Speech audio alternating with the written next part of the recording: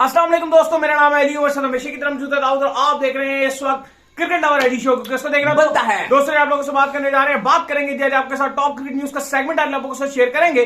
Number 1 पे आप लोगों से बात करने जा रहे हैं, जो हमारे पास अपडेट आ रही है वो अपडेट जो हमारे पास आ रही है बाबर और रिजवान को लेकर। तो बड़ी खबर आ रही है, जो पाकिस्तान टीम के फैंस हैं, जो थोड़ी एग्रेसिव क्रिकेट देखना पसंद करते हैं, उनके लिए बड़ी खुशखबरी आ रही है कि बाबर रिजवान T20 में अब दोनों ओपनर नहीं रहेंगे। फिर कौन होगा ओपनर, क्या स्टोरी आ रही है, वो आप लोग से शेयर करेंगे। जोड़ी टूटने जा रही है भाई, कौन एक रहेगा इसके ऊपर बात करेंगे। बाबर रिजवान को टीम में तो पिक कर लिया गया, लेकिन वो टीम से ड्रॉप भी हो सकते थे या रेस्ट भी कराया जा सकता था। वो क्या स्टोरी आ रही है वो भी आप लोग से शेयर करेंगे। तो अगर आप हमारे चैनल पर पहली बार आए हैं, चैनल को अभी सब्सक्राइब करें और साथ लेकर ना भूलिएगा। तो बात का आगाज करते हैं नंबर 1 खबर के साथ, जो हमारे पास आ रही है। तो सब जो नंबर 1 खबर आ रही है दाऊद साहब, हमारे पास यही आ रही है कि बाबर और रिजवान को लेकर जो है फाइनली टीम मैनेजमेंट ने जो है फैसला कर लिया है। अब इनमें से एक बंदा ओपनिंग नहीं करेगा, जिसका साफ मतलब है कि पाकिस्तान टीम के अंदर जो दूसरे ओपनर मौजूद हैं उनमें से एक बंदा जो है वो ओपनिंग करने के लिए आएगा। कौन होगा दाऊद साहब, बताएं जरा। देखिए, अगर हम लगातार इस स्टोरी, ये सबसे पहले हमारी स्टोरी थी, क्योंकि हम एक महीने से इस पर आपको बता रहे थे कि बाबर रिजवान को T20 सीरीज में आराम करवाया जा सकता है। फिर ऑलरेडी सिलेक्टर अपना मन बना चुके थे, लेकिन फिर हमने आपको सारी पूरी स्टोरी आपको बताई, डिटेल में बताते रहे। फिर मोहम्मद हफीज जो थे उन्होंने कहा कि नहीं, हम इनको रखेंगे, अभी हम इनको ड्रॉप नहीं करेंगे, लेकिन हम इनको रोटेट करेंगे।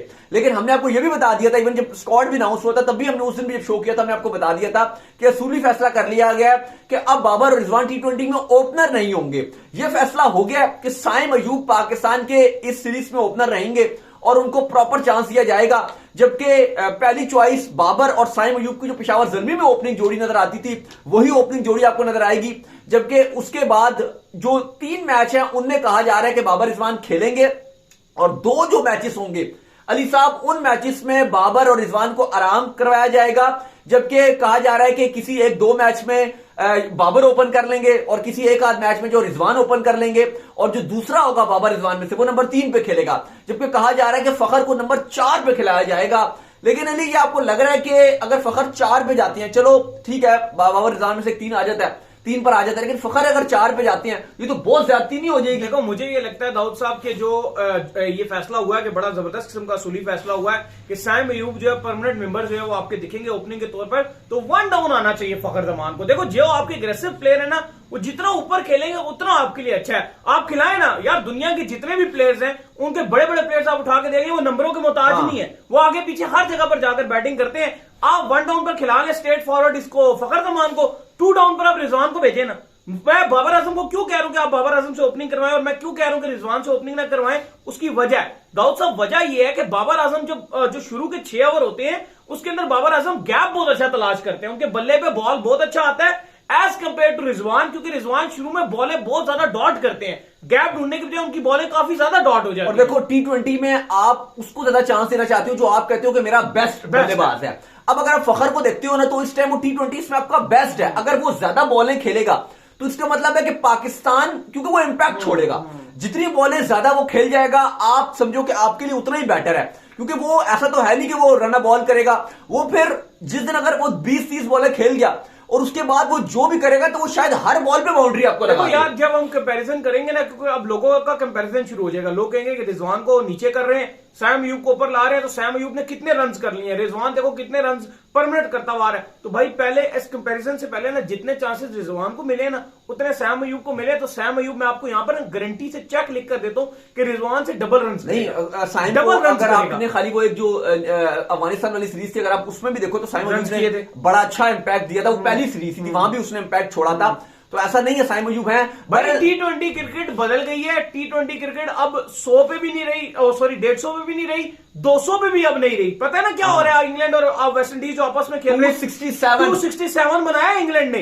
तो T20 क्रिकेट बहुत आगे जा चुकी है वर्ल्ड कप है आपका। हाँ जी, T20 क्रिकेट जो है वो अब और दूसरी एक और चीज भी थी जो हम काफी लंबा अरसा T20 सीरीज जीतते रहे, वो हमारे बॉलर्स का भी कमाल था कि वो हमें 150 या 160 रनों के ऊपर डिफेंड कर लेते थे। अब तो हमारे जो बॉलर्स हैं वो तो किधर किधर रन ले जाते हैं। लेकिन T20 में तो आपके बॉलर तो T20 के ही हैं। वही तो है। अब देखो अब क्या करते हैं, अब क्योंकि लेकिन आस्ता आस्ता बहुत डाउन आ रहा है। जिस शाहीन का आप दाऊद बहुत ज्यादा बोलते हैं ना कि यार वो T20 का बॉलर है, T20 का बॉलर, उसका पेस ही गिर गया। लेकिन वो 2 ओवर में तो जोर लगा लेगा, लेकिन पेस बहुत गिरा। लेकिन T20 में जमान भी है ना, T20 में जमान भी है। हारिस रऊफ भी ओडीआई और टेस्ट, चलो टेस्ट में वो है नहीं, ओडीआई में वो बिल्कुल जीरो, लेकिन वही हारिस रऊफ T20 में जोर लगाता है। मैं ये कह रहा हूं थोड़ा सा अब आपकी बैटिंग को भी T20 में करना पड़ेगा। नहीं, ऑब्वियसली T20 में आप बैट्समैनों की गेम है और आपको फ्लैट विकेटें मिलने जा रही हैं इस बार वेस्ट इंडीज में। ऐसा नहीं हो रहा कि हमेशा हमने देखा कि वेस्ट इंडीज में नॉर्मली 150 भी अगर आप पहले बैटिंग करके बना दो तो भाई हम के 150 में मसला हो जाता है। हैरत ज्यादा ही हम जो सीरीज देख रहे हैं इंग्लैंड की और वेस्ट इंडीज की, 267 रन को हालांकि सॉल्ट ने 2 मैचों में 2 सेंचुरियां कमाल करके उसने परफॉर्मेंस दिखाई है। बहरहाल सीन अली साहब, जो लोग काफी बात कर रहे थे कि क्या पाकिस्तान की ओपनिंग जोड़ी होगी, आगे चल के इसके ऊपर 11 भी बनाएंगे कि पाकिस्तान की बेस्ट 11 क्या होगी, क्योंकि काफी सारे यंगस्टर्स हैं। ये भी फैसला किया गया कि जब हफीज से पूछा गया कि भाई आप तो कहते हैं सीनियर्स को चांस जो है वो यंगस्टर्स को चांस देंगे, तो अगर बाबर रिजवान खेलेंगे तो उन्होंने कहा कि देखो 3 मैच के लिए हम चांस दे रहे हैं, 3 मैचेस के लिए, जो अगले 2 मैच होंगे, अब वो कोई भी मैच बता सकते हैं, ये आखिरी 2 मैच होंगे या वट एवर बीच के कोई 2 मैच होंगे या शुरू के कोई मैच होंगे, उसमें ऐसा कह रहे हैं कि जी यंगस्टर्स को मौका मिलेगा, जिसमें विकेट कीपिंग भी यंगस्टर्स हसीबुल्ला जो है उनसे या आजम खान, इनसे कीपिंग भी कराई जाएगी। 2-3 मैचेस में कहा जा रहा है कि हसीबुल्ला या फिर आजम खान ये ग्लव संभालेंगे, और जो आपके बाकी रिजवान है, जाहिर है वो 2 से 3 मैच तो खेलेंगे, तो उसमें वो करेंगे। जिस वक्त होते थे ना दाऊद साहब, जब वो टीम का भी हिस्सा थे, मैंने देखा था जब भी उनके बयान आते थे ना, वो एक ही बात करते थे। पाकिस्तान टीम अक्सर जो है वो जब हारा करती थी, कुछ होता था, वो कहते थे यार जो आपके ऊपर के बैट्समैन है ना, जब वो इतनी ज्यादा बॉलें ले लेते हैं ना, फिर उनका ये काम नहीं बनता कि वो 9 या 10 की एवरेज छोड़कर नीचे आए, वो फिर उसको फिनिश कर आए। और उनका जो इतराज होता था वो बाबर रिजवान से इतराज ही होता था कि यार ये ऊपर से बॉलें इतनी खेल जाते हैं कि नीचे वाले के लिए ये इतना ज्यादा रन रेट रख देते हैं कि नीचे आके बंदे को सेट होने का मौका ही नहीं मिलता। कहते हैं ना कि आके 10 की एवरेज से अगर आपने पूरी बारी ली, अगर आपने पूरे 18 ओवर खेले हैं 20 में से, या 20 में से 19 ओवर खेले या 17 ओवर खेले हैं, तो फिर सारी गेम आपने अपने ऊपर ले लिया और फिर आपको ही मैच जितवाना है। और फिर इन दोनों को जो मसला आता था ना, वो ये मसला आता था कि ये जिस तरह इन दोनों के 50+ रन हो गए हैं ना, उसके बाद ये T20 में डोमिनेट नहीं कर पाते थे। जैसे वो फील्ड शॉट कर रहा था कि वो खतरा है, जब तक फील्ड शॉट खड़ा हुआ है तो अगले के लिए कुछ है ही नहीं, लेकिन जब तक ये खड़े हुए हैं तब तक मैच दूसरे के पास ही, कोई इतना दूर गया नहीं है मैच। क्योंकि ये इशू है, क्योंकि अगर आप रन भी बना रहे हो और अगर आप डोमिनेट नहीं कर पा रहे हो, तो फिर आपने नेगेटिव इंपैक्ट छोड़ दिया कि मे भी नीचे से इफ्तिखार का दिन हो सकता था, मे भी फखर का दिन हो सकता था। तो वो ऐसे प्लेयर है कि वो मतलब ये कर लेंगे, जब उनका दिन आता है तो फिर वो ओपोनेंट के लिए कुछ नहीं छोड़ते। ये 15 ओवर में कर लेंगे 100-110 कर लेंगे, 120 कर लेंगे, 120 कर लेंगे। अगले का 5 ओवर में आपको कहेंगे जी आप 10 की एवरेज से मारो, जो करना है करो, 150-60 आप नहीं कर सके 150। लेकिन बहरहाल T20 वर्ल्ड कप से पहले पाकिस्तान के लिए एक चीज अच्छी है, और वो ये है कि अब इस यंग टीम के अंदर जो शाहीन शाह अफरीदी की कप्तानी में है टीम, यंगस्टर्स को मौका जरूर मिलेगा, ओपनिंग जोड़ी तब्दील होगी। क्योंकि ज्यादातर एक इख्तलाफ रहता था हर टाइम के, यार ज्यादातर 80% लोगों का इख्तलाफ यही था कि यार पावर प्ले यूज नहीं होता, पावर प्ले इस्तेमाल नहीं होता, दोनों एंड से इस्तेमाल नहीं होता। तो कम से कम अब साइम अयूब को प्रॉपर तरीके से ओपनिंग में चांस मिलेगा। फिर इस टीम में फखर जमान भी हैं, वो भी ऊपर के नंबरों पर खेलेंगे। बाबर रिजवान को बीच में आराम भी दिया जाएगा, तो हसीबुल्ला एक यंग गन है, वो भी इसमें खेलेंगे। आजम खान है, स्पिनर्स को हमने देखा है किस तरीके से वो स्लॉगिंग करते हैं, हार्ड हिटर हैं, उनको भी बीच में मौका मिलेगा। वो अलग बात है उनकी फिटनेस या उनकी कीपिंग या वो कर फील्डिंग करते हैं, तो उसके ऊपर तो सवालिया निशान रहेगा। लेकिन बाकी इफ्तिखार भी होंगे फिर इसके अंदर। तो काफी सारा अगर आप देखो तो जो मिडिल ऑर्डर है आपका वो ठीक ठाक और तगड़ा किस्म का नजर आ रहा है। लेकिन इस बात पे वहाब रियाज जो सिलेक्टर है उन्होंने भी एग्रीड किया, और जब भी उन्होंने फिर हफीज, जब भी उन्होंने आपके बाबर और रिजवान दोनों को आपके स्क्वाड में पिक कर लिया। लेकिन अली अभी आपका जो कैंप लग रहा है इसमें अहमद शहजाद भी आ रहे हैं, उमैर बिन यूसुफ भी आ रहे हैं। लोग काफी पूछ रहे हैं कि क्या ये खेल सकेंगे, कि इनका क्या बनेगा। तो ये इनको खाली कैंप के लिए पिक किया गया, और ये खाली ये बताया गया कि ये लोग हमारे फ्यूचर प्लान में है।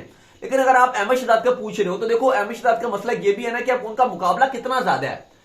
ऑलरेडी बाबर रिजवान अगर आप देखो, जो भी आप क्रिटिसाइज उनके ऊपर करो या हम उनके ऊपर क्रिटिसाइज भी करते हैं, बात भी करते हैं, लेकिन रन उनके फिर भी आ जाते हैं। अब अहमद शहजाद, ऐसा तो नहीं है कि अहमद शहजाद बाबर रिजवान से बहुत अच्छा खेलते हैं, क्योंकि अहमद शहजाद भी वैसे ही खेलते हैं, टू बी वेरी ऑनेस्ट। एक टाइम पे था कि 2010 में हम उनको बोलते थे कि यार ये हार्ड हिटर है, ये स्लॉगर है अहमद शहजाद भी।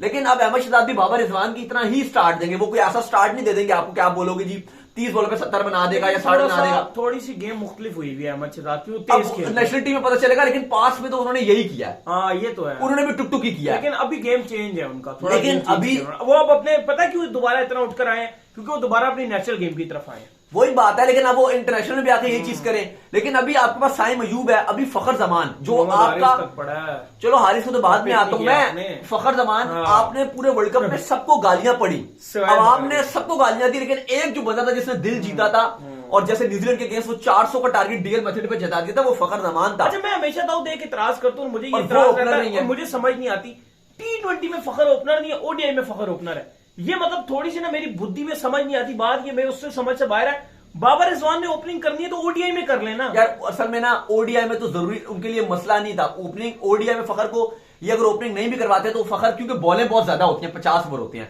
तो वहां पे मसला नहीं है, वो फखर जेन्युइन ओपनिंग कर रहा है। ओडीआई में फखर की ही डिजर्व करता है और वो कर रहा है, लेकिन ज्यादती जो है ना वो T20 में तो हो गया। क्यों है, वही तो मैं कह रहा हूं, क्योंकि T20 में ओवर्स कम होते हैं और इसमें अपनी प्लेस पक्की करनी है कि अगर हमने थोड़ा सा रिजवान ने तीसरा या चौथा नंबर पकड़ा तो रिजवान फिर गेम खत्म हो जाएंगे, क्योंकि और रिजवान को लगेगा मेरा क्योंकि अगर हल्का सा ओपनर खेल जाए तो ओपनर 12-13 ओवर तक खेल जाएंगे, और फिर 6 ओवर में रिजवान या फिर आपके जो भी आपको हो, बाबर या कोई भी हो, उसके लिए कुछ रहेगा ही, और फिर 8 ओवर में 7 ओवरों में वो 20 पे 20 बनाएंगे, 18 पे 18 बनाएंगे, गेम खत्म हो जाएगा, गेम खत्म हो जाएगी, वो सीधी सी बात है, गेम ही खत्म हो जाएगी, और फिर वहां पे कहानी खराब। तो फिर पूरी कौम के साथ ज्यादती है ना कि आप अपनी गेम फखर के साथ बरल ज्यादती है। मैं मेरा पर्सनल अगर आप मुझसे पूछो तो मैं तो साइम और फखर की ओपनिंग, मैं भी यही चाहता हूं, मैं फखर और साइम बात छीन लिया आपने, मैं भी यही चाहता हूं। फखर इस टाइम डिजर्वर है, और यही ओपनिंग जोड़ी अगर आप वर्ल्ड कप में चाहते हो कि वर्ल्ड कप में आपको कुछ करके दे, कुछ करके दे। देखो मैं तो ये दो खब्बे जो है ना, मुझे लगता है कि इनके अंदर वो जान है, वो दम है कि नया पाकिस्तान, यंग पाकिस्तान जो T20 वर्ल्ड कप में उतरे,